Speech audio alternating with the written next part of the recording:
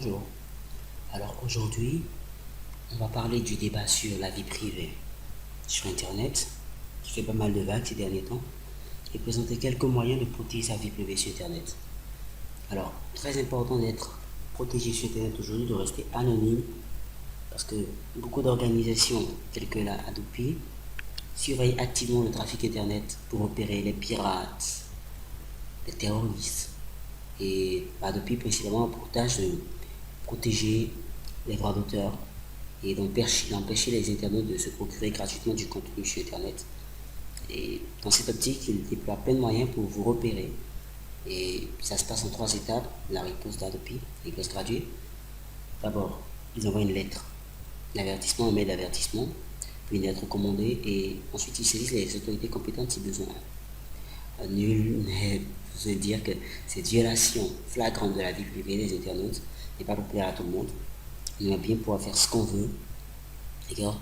Donc on fait de mal à personne sans se faire poursuivre pour un petit fichier, un petit son téléchargé ou un petit film. Surtout que certaines organisations gouvernementales surveillent activement Internet, la NSA par exemple, en se fichant totalement des droits à la vie privée des internautes. Ils ne surveillent pas que leur pays, c'est une surveillance globale. On s'immisce dans la vie privée des internautes. Et c'est vraiment intéressant, c'est vraiment utile de rester anonyme ces derniers temps pour faire ce qu'on veut. Là, c'est le fait que certains pirates peuvent, grâce à vos informations personnelles, se faire passer pour vous, usurper votre identité, ou tout simplement détourner vos comptes bancaires et vous dépouiller. Il y a vraiment intérêt à rester anonyme sur Internet. Alors, rester anonyme sur Internet, c'est très facile. Il y a plein de petites astuces, d'accord? Mais le truc le plus efficace pour rester anonyme, c'est la VPN. Les VPN permettent de rester anonyme, de rester à l'abri, d'encrypter la connexion, de faire passer par un tunnel sécurisé, de se relocaliser, ce qui permet difficilement de savoir d'où vous connectez. Il y a plein de petites fonctions vraiment très utiles que les VPN offrent aux utilisateurs et ça coûte pas cher du tout. Et on va parler d'un VPN assez intéressant, c'est AdNAS.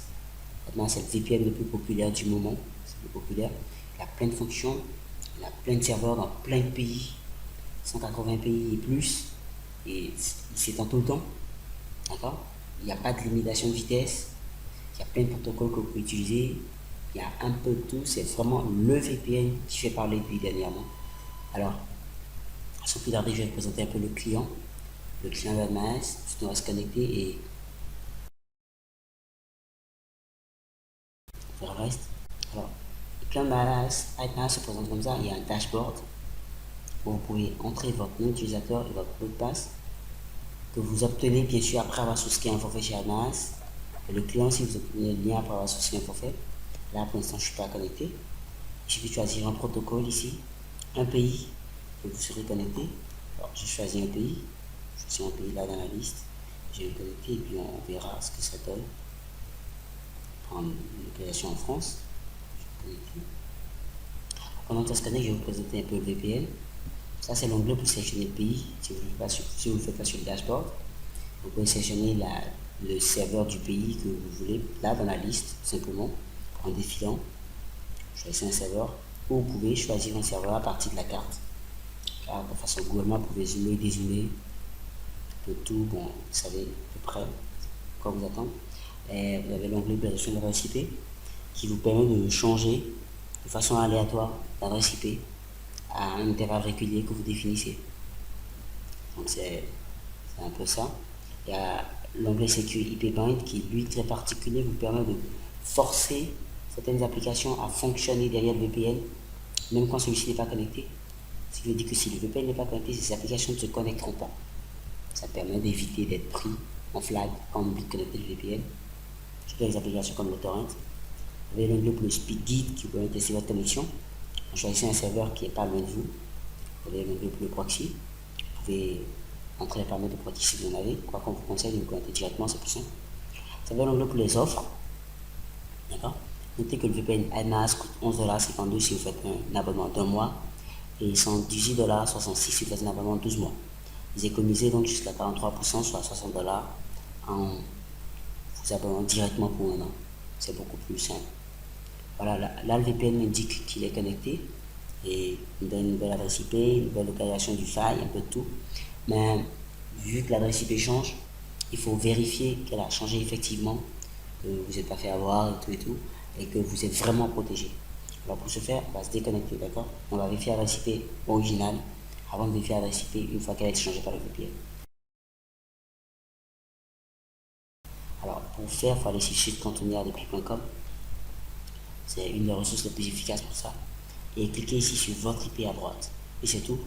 À partir du moment où le site se charge de vous localiser, de vous dire où vous êtes, là, dans mon adresse IP, d'accord, et ma localisation, et le reste, c'est mon pays d'origine. Donc, il me suffit maintenant de me reconnecter au VPN et ensuite de revérifier pour voir ce qui a changé.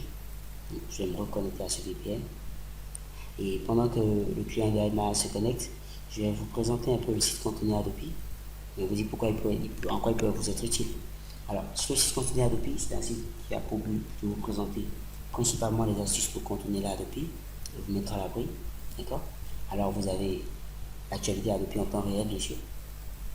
Vous pouvez vous baser dessus. Vous pouvez prendre toutes les infos dont vous avez besoin pour être informé en temps réel de ce qui se passe, qu'il y a de nouveau, savoir comment vous protéger ensuite de la Adobe grâce aux astuces anti-Adobe que le site présente. Et si vous ne savez pas du tout ce que c'est qu'un VPN, le site vous offre une définition explicite et un comparatif VPN. Notez ici que vous avez un guide complet sur la Adobe, un guide vraiment complet, ok, ce qui vous permet d'être vraiment au courant de la Adobe avant ensuite d'être au courant des actualités. À part ça, le site, bien sûr, a des articles sur les proxys, sur les plateformes de séries en streaming, comment vous pouvez y accéder quand on a l'Adobe en restant à l'abri, sur les sites de téléchargement, les messieurs de téléchargement, aussi sur le site de torrent, il y a vraiment un peu de tout ce qu'il faut quand même pour être protégé, être à l'abri. Vous pouvez aussi suivre le site sur Twitter, Facebook, vous abonner au flux RSS si vous voulez. Alors, ça vous permet bien sûr, après avoir masqué votre IP, d'être au courant de certaines astuces de l'actualité. Alors, le VPN est connecté. On va maintenant vérifier si notre adresse IP a changé. D'accord? Alors, quand on se connecte là, ouais, effectivement, ça indique que l'adresse IP a changé et qu'on est maintenant localisé en France avec un nouveau fournisseur. Donc, ça prouve que le VPN est bien efficace, que vous êtes vraiment relocalisé. Il est impossible de vous repérer, surtout si vous changez régulièrement l'adresse IP. Masquer votre adresse IP est impossible pour les institutions telles que la Adobe, la NSA et autres de vous retrouver sur Internet. Vous couplez ça avec Tor, vous êtes vraiment à l'abri. Donc, il vous suffit de vous connecter sur le site pour avoir tout ce qu'il faut comme astuce et être informé. N'oubliez pas que dans la description de la vidéo, vous pouvez avoir certains liens pour vous connecter sur les VPN, certaines astuces et pour vous abonner. Tous les liens sont fournis dans la vidéo. N'hésitez pas à lire la description de la vidéo pour avoir ces liens. Alors, c'était tout pour cette vidéo-ci. À bientôt pour une prochaine vidéo sur contourner Adobe. Merci.